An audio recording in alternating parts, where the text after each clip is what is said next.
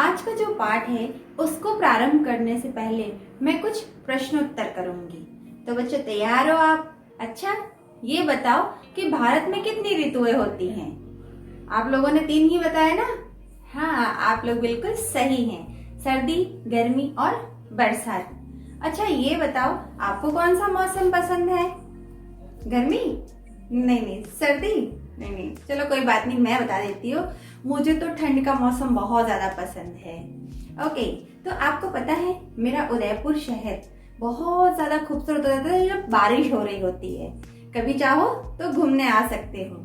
आप लोग सोच रहे होंगे कि मैं आज ये मौसम की बातें क्यों कर रही हूँ। वो इसलिए क्योंकि आज जिस कविता को हम पढ़ने जा रहे हैं वह भी मौसम के ऊपर ही आधारित है। तो नमस्कार छात्रों, कैसे हो आप लोग? और पढ़ाई तो अच्छी ही चल रही होगी। तो आज हम आपके 10वीं के कोर्स भी हिंदी में दी हुई पुस्तक स्पर्श भाग 2 के पद्य भाग के पाठ 5 जिसका शीर्षक है पर्वत प्रदेश में पावस और इसके कवि हैं सुमित्रा नंदन पंत, उनके द्वारा लिखी गई है और हम उस पर चर्चा करेंगे। अच्छी तरह से समझने के लिए हमने इस कविता को निम्नलिखित भागों में विभाजित किया है। हमेशा की तरह पहला भाग आपको कविता के सारांश और भाव को बताता है, दूसरा भाग कविता का विस्तार से बताता है, तीसरा भाग इस कविता का निष्कर्ष है, चौथा और अंतिम भाग आपको कवि के बारे में बताता है। तो अब हम कविता के पहले भाग अर्थात भाव और सारांश को समझते हैं। तो बताओ, अच्छा ऐसा कौन होगा जिसका मन पहाड़ों पर जाने को न मचलता हो? जिन्हें सुदूर हिमालय तक जाने का अवसर नहीं मिलता, वे भी अपने आसपास के पर्वत प्रदेश में जाने का अवसर शायद ही हाथ से जाने देते हों। ऐसे में कोई कवि और उसकी कविता अगर कक्षा में बैठे बैठे ही आपको यह अनुभूति दे जाए जैसे वह अभी अभी पर्वतीय अंचल में विचरण करके लौटा हो, तो प्रस्तुत कविता ऐसे ही रोमांच और प्रकृति के सौंदर्य को अपनी आंखों से निहारने की, निरखने की अनुभूति देती है। यही नहीं, सुमित्रा नंदन पंत की अधिकांश कविताएं पढ़ते हुए यही अनुभूति होती है कि मानो हमारे आसपास की सभी दीवारें कहीं विलीन हो गई हों, हम कहीं ऐसे रमणीय स्थल पर आ पहुंचे हो जहां पहाड़ों की अपार श्रृंखला है, आसपास झरने बह रहे हैं और सब कुछ भूलकर हम उसी में लीन रहना चाहते हैं। महाप्राण निराला ने भी कहा था, पंत जी में सबसे जबरदस्त कौशल जो है वह है शैली की तरह अपने विषय को अनेक उपमाओं में सवार कर मधुर से मधुर और कोमल से कोमल कर देना। तो आइए देखते हैं पंत जी यह कविता हमें कितना सुकून देती है। पंत जी कहते हैं, पावस ऋतु थी पर्वत प्रदेश, पल पल परिवर्तित प्रकृति वेश। अर्थात मैं आपके सामने एक वातावरण प्रस्तुत करती हूँ जिसकी आप एक कल्पना कीजिएगा, अपने मन में सोचिएगा कि आप पर्वत प्रदेश में हैं, आप पहाड़ों पर घूमने गए हैं। क्योंकि पहाड़ों पर क्या होता है, जैसे ही थोड़ा सा भी टेम्परेचर बढ़ता है तो वहां पर बारिश हो जाती है। तो कभी गर्मी हो जाती है, कभी ठंडी हो जाती है, कभी बारिश हो जाती है। तो क्या होता है कि पल पल परिवर्तित प्रकृति वेश। तो यहाँ पर पर्वत प्रदेश के ऊपर जब बारिश का मौसम होता है तो कैसा होता है और क्या क्या हो रहा होता है उसके बारे में पंत जी कह रहे हैं, पावस ऋतु थी पर्वत प्रदेश के ऊपर बारिश का मौसम हो रहा है और प्रकृति जो है वह क्षण क्षण में परिवर्तित हो रही है, अपने वातावरण को बदल रही है। पंत जी आगे कहते हैं, मेखलाकार पर्वत अपार अपने सहस्रदीर्घ सोमन पाठ। अर्थात मेखलाकार जैसे आप लोगों ने कभी सुना होगा कि एक तरह का गहना होता है, करधनी। ठीक है, करधनी जानते हो ना आप? एक तरह का गहना होता है जो कि महिलाएं ज्यादातर अपने कमर में पहनती हैं, जिसका आकार है वह ऐसे उल्टा यू होता है, ऐसे बहुत सारे है ना जो लटकन होती है उसमें और ऐसे। तो यहाँ कहना चाह रहा है कि जब हम पहाड़ों को देखते हैं, जब हमने बहुत सारी जैसे अरावली रेंज है, हिमालय पर्वत है, अगर हम इनको देखते हैं तो हम देखते हैं कि पहाड़, जब भी कोई बच्चा ड्राइंग भी करता है तो वो उसमें पहाड़ों को ऐसे ही बनाता है। ठीक है, तो यहाँ उसी की बात हो रही है। मेखलाकार पर्वत अपार, बहुत बड़े बड़े पर्वत हैं, अपने सहस्रदीर्घ सुमन फाड़। अब समझना, उन पहाड़ों के ऊपर है वह बहुत बड़े बड़े लंबे लंबे पेड़ होते हैं। पहाड़ों पर हम कभी घूमने जाते देखा होगा, बहुत लंबे लंबे पेड़ होते हैं और उनके ऊपर जो है वह फूल लगे होते हैं। वह कैसे प्रतीत हो रहे हैं? अपने सहस्त्र मतलब हजारों दृढ़ सुमन फाड़ अपने है वह फूल रूपी आंखों को फाड़ कर है वह अवलोक रहा है बार बार, अर्थात वह देख रहा है नीचे जल में निज महाकार। तो इमेजिन कीजिए बच्चों, कल्पना कीजिए कि पहाड़ है आपके सामने और पहाड़ के नीचे एक बहुत बड़ा है वह जल का ताल है अर्थात तालाब है। तो वो क्या हो रहा है कि पर्वत जो है अपनी ऊंचाई को, है ना, अपनी ऊंचाई को उसकी परछाई जब उस पानी में गिरती है तो वो उसको देख रहा है। तो ऐसा प्रतीत हो रहा है कि कोई इंसान है वहां अपने फूल रूपी आंखों को खोल कर अपने ही विशाल आकार को है वह नीचे जो तालाब है उसमें देख रहा हो। बच्चों ध्यान दीजिएगा, इस पद्य में मानवीकरण अलंकार का प्रयोग किया गया है। मानवीकरण अलंकार जब प्रकृति की तुलना मनुष्य से होती है तो वहां पर मानवीकरण अलंकार का प्रयोग किया जाता है। तो यहाँ पर भी उसी की बात हो रही है। आप लोग कल्पना कीजिए एक इंसान की और पहाड़ों की। पहाड़ है, पहाड़ों के ऊपर जो पेड़ है, पेड़ों के ऊपर जो फूल है वह तो पहाड़ की आंखें हैं, और जो पहाड़ है उसकी जो परछाई पानी में गिर रही है। तो ऐसा प्रतीत हो रहा है कि वह अपनी विशाल आकार को, पहाड़ है, पर्वत जो है अपने विशाल आकार को उस नीचे जो झरना है, जो पानी है उसके अंदर देख रहे हैं। तो मेखलाकार पर्वत अपार अपने सहस्र दृढ़ सुमन फाड़ अवलोक रहा है बार बार नीचे जल में निज महाकार। आगे बढ़ते हैं हम कविता में। जिसके चरणों में पलाताल दर्पण सा फैला है विशाल, अर्थात कहने का अर्थ यहाँ पर है कि पहाड़ है ऊपर और नीचे है वह नदियां हैं। तो यहाँ तालाब और ताल की बात हो रही है। तो ऐसा लग रहा है क्योंकि पहाड़ों पर प्रदूषण बहुत कम होता है तो वहाँ का पानी बहुत ही साफ और स्वच्छ होता है।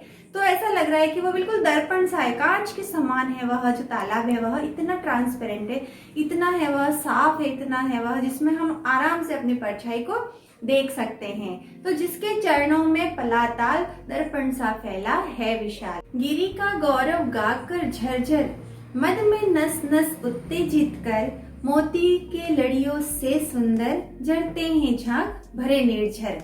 अर्थात आप लोग कल्पना कीजिए, मैं यहाँ आपको झरने के बारे में बता रही हूँ कि जो पहाड़ पर झरने होते हैं जब वो बड़ी ऊंचाई से नीचे गिरते हैं तो नीचे गिरने पर है वह उसमें से जो झाग उठते हैं वह किसके समान प्रतीत हो रहे हैं, वह मोतियों के समान प्रतीत हो रहे हैं। तो ऐसा लग रहा है। और जब वो इतनी ऊंचाई से नीचे गिरते हैं तो उनके गिरने की जो आवाज आती है, जो पानी की जो आवाज आती है, ऐसा लग रहा है उन झरनों की आवाज से कि वह गिरी का गौरव गा रहे हों। गिरी अर्थात पर्वतों के गौरव गाथाओं को वह गा रहे हों।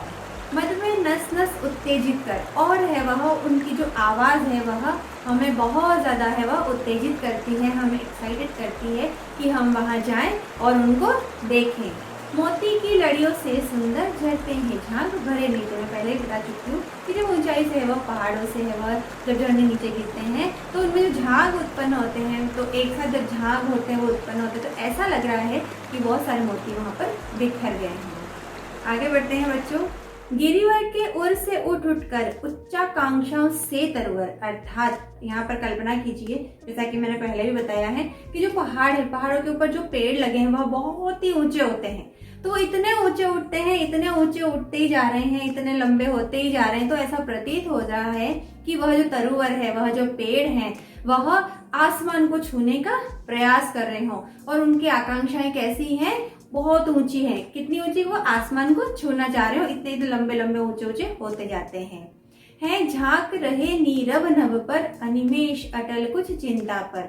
और ऐसा प्रतीत हो रहा है कि वह बार बार है वह उसे है वह बिना पलक झपकाए है वह लगातार एक टक है वह आसमान को देखे जा रहे हो। और ऐसा लग रहा है कि वह अनिमेष लगातार उसको देख रहे हैं, और ऐसा लग रहा है कि वो उसको छूने का प्रयास कर रहे हो लेकिन छू नहीं पा रहे हो। आगे पंत जी कहते हैं, उड़ गया अचानक लो भूदर फड़का अपार पारद के पर। अब एकदम से है वह पहाड़ों का मौसम बदल गया है। मैंने पहले भी बताया है कि पल पल परिवर्तित प्रकृति वेश, पहाड़ों का वेश कैसा है, परिवेश कैसा है, वातावरण कैसा है, जो कि क्षण क्षण परिवर्तित हो रहा है। अभी तक तो सब बहुत सही था, अभी तक सारी चीजें हमें दिखाई दे रही थी। हम वहाँ पहाड़ों की चीजों की बातें कर रहे थे, हम झरनों की बात कर रहे थे, हम पर्वतों की बात कर रहे थे, हम तालाब की बात कर रहे थे। लेकिन अचानक क्या हुआ, उड़ गया अचानक लो भूदर। ठीक है, यहाँ पर कहानी में ट्विस्ट है थोड़ा सा। उड़ गया अचानक लोभ उधर, फड़का अपार पारद के पर। समझना इस बात को, अचानक है वह, ऐसा प्रतीत हो रहा है हमें, ठीक है, कल्पना करना है आपको ऐसा कि उड़ गया अचानक लोभ उधर, ऐसा लगा है कि भूधर अर्थात जो पहाड़ है वह अचानक से गायब हो गए हैं, उड़ गए हैं। फड़का अपार पारद के पर, और क्या हो रहा है कि रव शेष रह गए हैं, निर्झर है टूट पड़ा भू पर अंबर। अचानक से है वह पर्वतों के ऊपर इतनी तेज बारिश होने लगी, इतनी तेज बरसात होने लगी कि ऐसा लग रहा है कि सिर्फ और सिर्फ झरनों की आवाज रह गई है और सारे पर्वत और पहाड़ है वह वहां से उड़ गए हो। क्यों उड़ गए? क्योंकि बादलों ने आकर उनको घेर लिया है। तो जैसे ही बादल आए, पहाड़ों के आगे बादल आ गए हैं, पहाड़ों के ऊपर से बादल नीचे उतर रहे हैं और उन्होंने पहाड़ों को ढक लिया है। तो ऐसा प्रतीत हो रहा है कि है वह बादलों ने है पहाड़ों को वहां से गायब ही कर दिया है। आगे देखते हैं। धस गया धरा में सभय शाल, उठ रहा धुआं जल गया ताल, यूं जलदयान में विचर विचर था इंद्र खेलता इंद्रजाल। समझना इसको, धस गए धरा में सभय शाल। अब क्या हो रहा है, अचानक से इतनी तेज बारिश हो रही है। कभी गए हो पहाड़ों पर, मैं गई थी तो मुझे तो बहुत बड़े बड़े छींटे लग रहे थे बारिश के, ऐसा लग रहा था कि कोई पत्थर भीग रहा हो। तो यहाँ पर भी आप भी ऐसी चीज समझ सकते हो, थोड़ा सा कल्पना करें। धस गया धरा में सभय शाल। अब जितने भी वो बड़े बड़े जो पेड़ थे, जो वृक्ष थे, वह धस गए हैं। कहाँ धस गए हैं? धरती के अंदर। क्यों? डर के मारे। उनको डर है कि कहीं है वह आसमान से जो टूट पड़ा है भूपरम, जो तेज बारिश आ रही है, कहीं उनको वह नीचे न गिरा दे। उठ रहा धुआं जल गया ताल। और क्या हुआ? तालाब के अंदर भी क्या है, बारिश की जैसी बूंदे गिरने लग गई, एकदम से है वह ऐसा लग रहा है कि तालाब है वह जलने लग गया और उसमें से धुआं उठने लग गया है, क्योंकि बादल इतने नीचे आ चुके हैं। यूं जलदयान में विचर विचर था इंद्र खेलता इंद्रजाल। यहाँ इंद्र की बात हो रही है क्योंकि बारिश के देवता तो इंद्र ही है, तो यहाँ उन्हीं की बात हो रही है कि वह जलदयान में अर्थात बादल रूपी यान में, विमान में बैठ कर है वह इधर उधर विचरण कर रहे हैं। और ऐसा लग रहा है कि कभी बारिश कर देते हैं, कभी मौसम बदल देते हैं, और जो मौसम परिवर्तित हो रहा है उससे ऐसा प्रतीत हो रहा है कि जो इंद्र देवता है वह कोई इंद्रजाल खेल रहे हैं, मतलब कोई खेल खेल रहे हैं लोगों के साथ। ठीक है, तो आइए अब हम तीसरा भाग जो कि कविता का निष्कर्ष है उसके बारे में चर्चा करते हैं। तो बच्चों, जब भी पहाड़ पर जाओ मुझे जरूर याद करना, वहां का शब्द चित्र बनाकर आप और अच्छे से भी समझ सकते हैं। तो आज आपने पहाड़ों की यात्रा की और वहां के सुहावने मौसम में होने वाले परिवर्तन को देखा। इसलिए बच्चों, हमें जीवन में प्रत्येक पल का आनंद लेना चाहिए, चाहे वह वर्षा का मौसम हो या हमारे जीवन में आने वाली खुशियों या संघर्षों का। इतना सब पढ़ने के बाद थोड़ा बहुत तो हमें बनता है कि हम कवि सुमित्रा नंदन पंत के बारे में भी जान लें। सुमित्रा नंदन पंत का जन्म बागेश्वर जिले के कौसानी नामक गांव में 20 मई 1900 ईस्वी को हुआ था।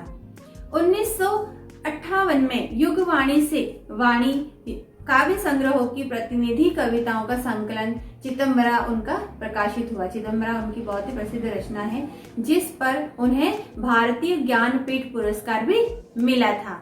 हिंदी साहित्य की सेवा के लिए उन्हें पद्म भूषण, ज्ञानपीठ, साहित्य अकादमी, सोवियत लैंड नेहरू पुरस्कार आदि भी उनको दिए गए थे। तो बच्चों, कैसी लगी पंत जी की ये रचना और आप इससे क्या सीखे?